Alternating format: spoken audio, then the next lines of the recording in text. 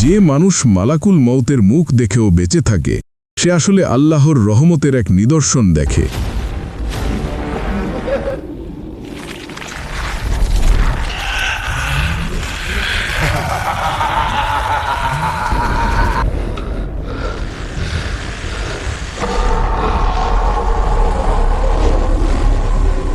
যে মানুষ মালাকুল মউতের মুখ দেখেও বেঁচে থাকে, ভাবুন তো, একজন মানুষ হঠাৎ দেখল তার ঘরে এক অচেনা ছায়া দাঁড়িয়ে আছে, মুখ ঢাকা কিন্তু দৃষ্টি তীক্ষ্ণ।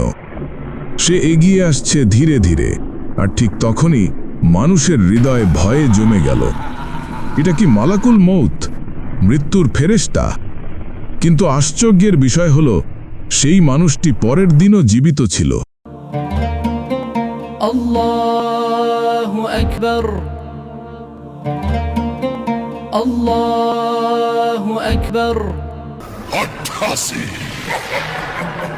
মৃত্যুর ফেরেশতা মালাকুল মউত আল্লাহ তাআলার সেই বিশেষ সৃষ্টি, যিনি এক মুহূর্ত দেরি না করে আত্মা তুলে নেন। কুরআনে আল্লাহ বলেন, কুল ইয়াতাওয়াফাকুম মালাকুল মউত আল্লাযী ওয়াক্কিলতুম বিকুম। বলুন, তোমাদের মৃত্যু ঘটায় সেই মালাকুল মউত যিনি তোমাদের উপর নিযুক্ত আছেন। সূরা আস-সাজদা আয়াত 11।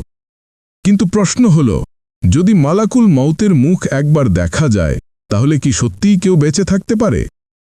ইসলামী ইতিহাসে বর্ণিত আছে, কিছু মানুষ মৃত্যুর কাছাকাছি গিয়েও আল্লাহর ইচ্ছায় ফিরে আসে। একজন সাহাবী অসুস্থ অবস্থায় মৃত্যুশয্যায় ছিলেন।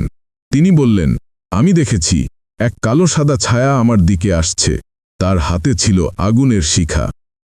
কিন্তু তখনই আরেক সাদা পোশাক পরা ফেরেশতা এসে বলল, এখন নয়, আল্লাহ এখনো তোমার সময় নির্ধারণ করেননি। মালাকুল মউত কেবল আল্লাহর আদেশেই আত্মা তুলে নেন। আল্লাহ যদি বলেন এখনো সময় হয়নি, তাহলে সেই ফেরেশতাও থেমে যায়।